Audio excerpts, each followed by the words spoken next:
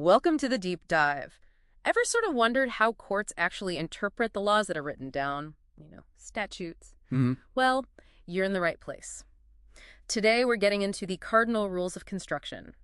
Basically, how judges decide whether to read a law really strictly, just the exact words. Or more liberally, looking at the spirit behind it. Exactly. Yeah. Our mission is to unpack these rules and maybe see what policy choices are, well, hiding underneath. Yeah, and it's not just word games, right? Right. This choice between strict and liberal can mean the difference between, say, someone's freedom or penalty. Or keeping your property versus the government taking it. Precisely. Huge implications. Okay, so let's start with the basics then. What's the core mechanical difference here? Strict construction first. Right. Strict construction is, well, it's very conservative. You stick literally to the text. Just the words on the page. Exactly. Read the language in its exact meaning. Yeah. And you don't recognize anything that isn't, explicitly stated. Text, only text. Okay, so if that's strict, being really tight on the words, what's liberal construction aiming for? Liberal construction is looking for a more equitable outcome. It tries to broaden the letter of the law a bit to achieve what it seems the law intended to do. Finding the purpose or promoting justice. Yes, but, and this is a big but, this only works if the statute is actually ambiguous. Right, you can't just ignore clear language. No, if the law is plain and clear, the courts have to apply it as written. End of story. The idea behind liberal construction, the Latin phrase is adheres magis valeat quam pereat. Which means? Basically, that the thing may have effects rather than perish.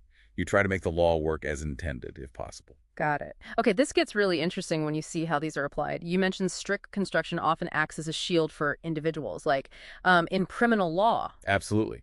Penal statutes laws that impose punishment are always strictly construed against the state. Meaning the government has to be crystal clear about what's illegal? Exactly.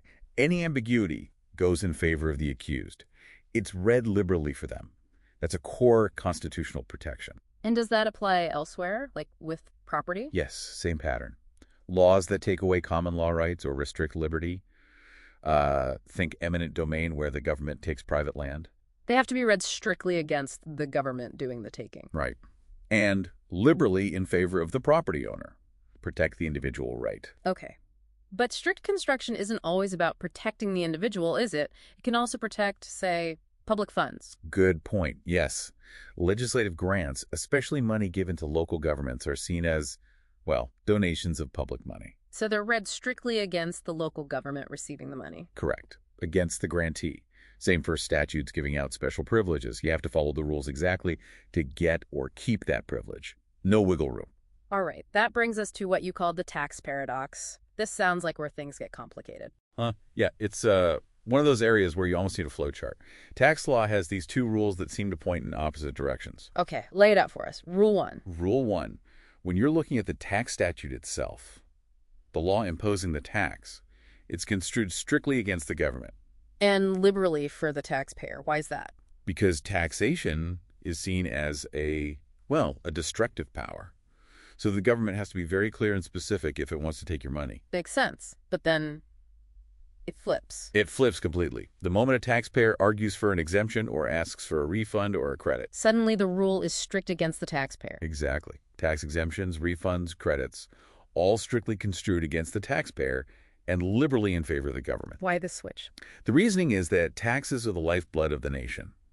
Exemptions are seen as exceptions to the rule, so the taxpayer has a high burden to prove they qualify.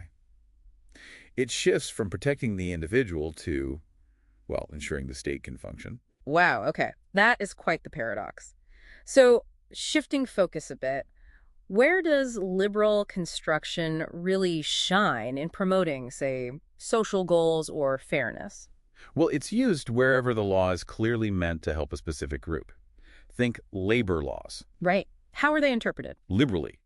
Always liberally construed in favor of labor. That includes the rules and regulations, too. The Constitution actually mandates affording protection to labor. And what about areas like family law, child welfare? Same principle.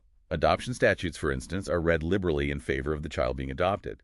The child's welfare is the absolute top priority. That feels right. Okay, what about government itself, like empowering local governments, LGUs? Generally, grants of power to local governments, like the power to tax or apply the General Welfare Clause, are interpreted liberally. To help them govern effectively. Exactly. Give them the tools they need. But just to keep things interesting. Oh, another twist. Sort of. Statutes that impose penalties for not paying your taxes are also construed liberally. But this time in favor of the government. Yes.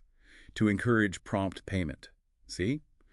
The rule always serves the underlying policy goal, whether it's empowering local units or getting tax revenue in. It really is a balancing act, isn't it, depending on the context and the goal. Okay, bringing this all together, what about our most fundamental rights?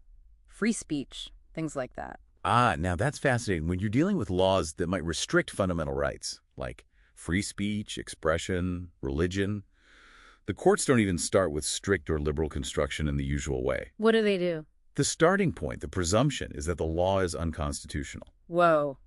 So it's assumed invalid from the get-go. Pretty much. The burden flips entirely onto the government. They have to prove there's a compelling state interest for that law and that it's narrowly tailored, a much higher bar. So the judicial responsibility there goes beyond just reading the text. It's about challenging the law's very existence against fundamental freedoms. Exactly. It shows how, ultimately, these interpretation rules aren't just technicalities. They're deeply connected to protecting rights, balancing power, and reflecting what we value as a society.